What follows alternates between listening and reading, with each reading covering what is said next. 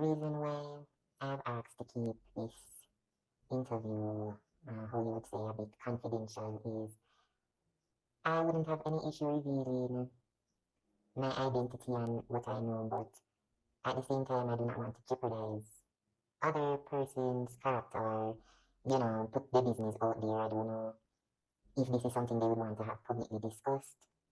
So I will try to keep as much information as possible private. This happened to me at around somewhere between 5 or 7 years old. I'm not exactly too sure at what age it started or how long this actually happened because it happened to me at such a young age, if you understand. They would have been born in 1986 and I was born in 1991. So I know that this person would have been 5 years older than me. This person would come to my house, my family's house, very often because our parents were good friends. They were all part of the Adventist church as well. So I would also see the person on Sabbaths, Saturdays when we would have church. Looking back on it now as an adult, I cannot understand why, but my mother would have us bathe together.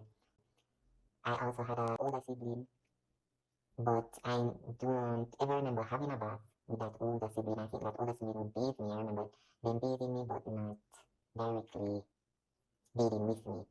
It would be during these baths when I would say the harassment would happen.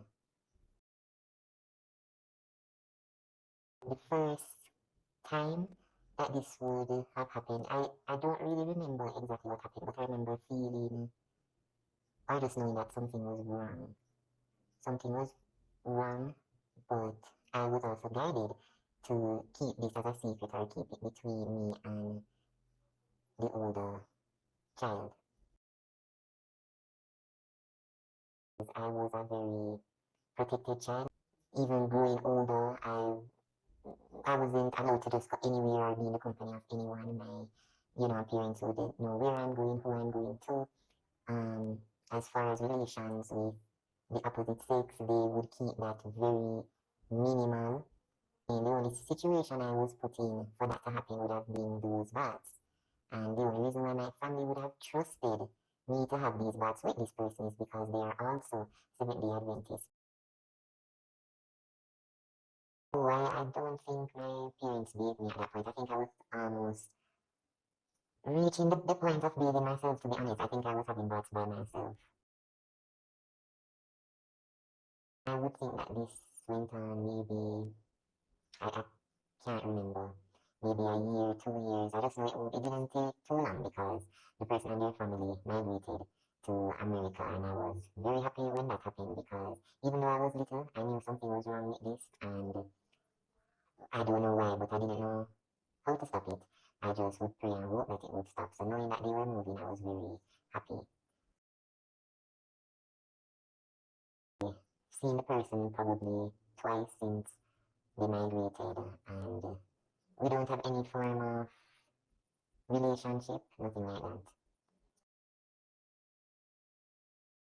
I would say that that has affected me. I would say that it introduced me to feelings and things that I didn't need to know at that age. This person, yes, they did have other victims. They would have been my peers that come over, and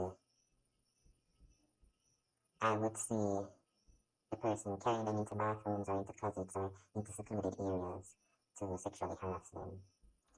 I've seen it done to even a pastor's child. The pastor for the church that I went to in Mandeville, their child was also being sexually harassed by this person. I don't know if they ever told their parents. I know that in my early adult years, very early on, I did tell my parents and they didn't believe me.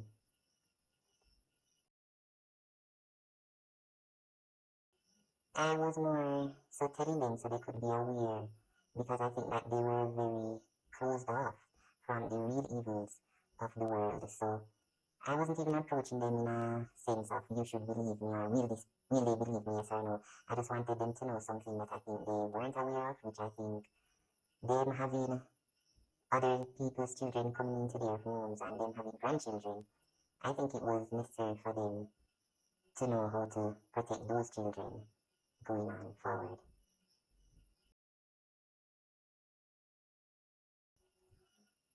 Well, I wouldn't say I think that my parents failed me. I think things do happen. If it wasn't me, it would have been somebody else. I think when I did eventually tell them, I think at that point, I think they could have listened a bit more, understood a bit more, and maybe they did, and they just didn't express it in that moment. Both of my parents are now deceased, so we never really had any formal real conversation about that. But like I said, I was more so telling it to them in my adult years to help them protect who comes around them.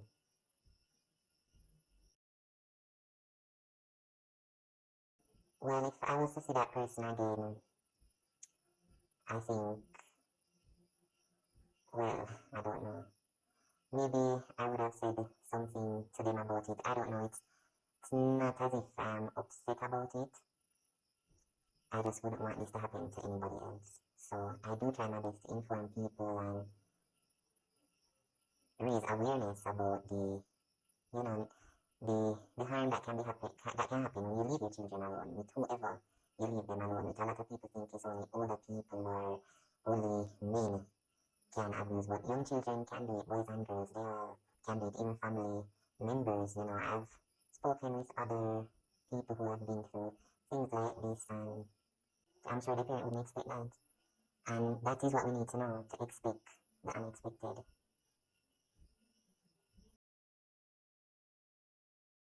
The experiences I had with that person were so young, those were my first sexual experiences, but it is something that I do suppress, it is something that I don't act upon, not necessarily out of, I don't know, not necessarily out of shame or what we would say social norms. It is just not a desire of mine to be with someone of my same sex. But as I say, I do understand the feeling, but it is not a desire.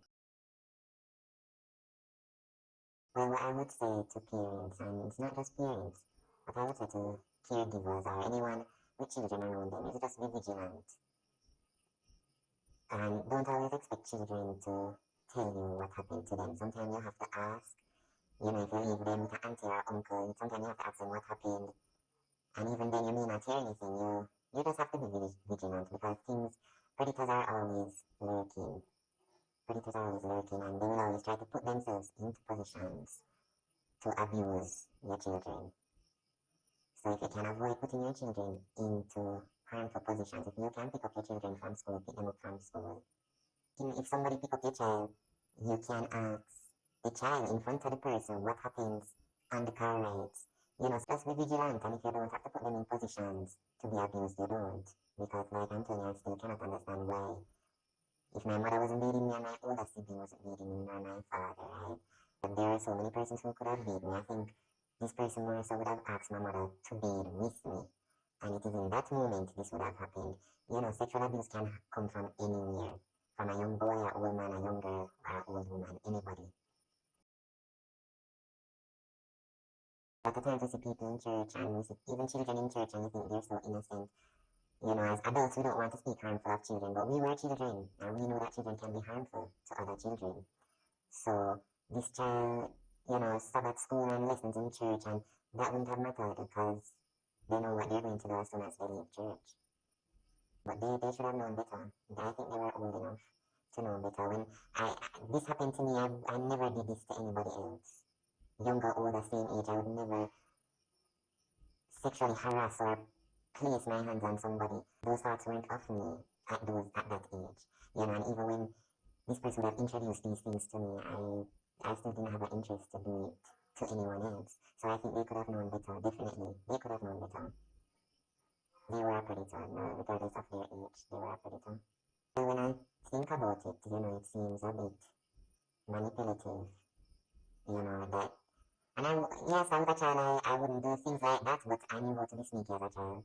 I knew where, when the adults were doing what, and, how I could make my way around them, so I could take out sweetie and things like that. So I knew how to be cunning as a child, and I knew that child definitely knew that as well. And they used all of their ability to do something so harmful. So I hope that they would have changed, because if they were doing that at 10 years old, 12 years old, imagine what they would be doing now when they're supposed to be close to 40 years old.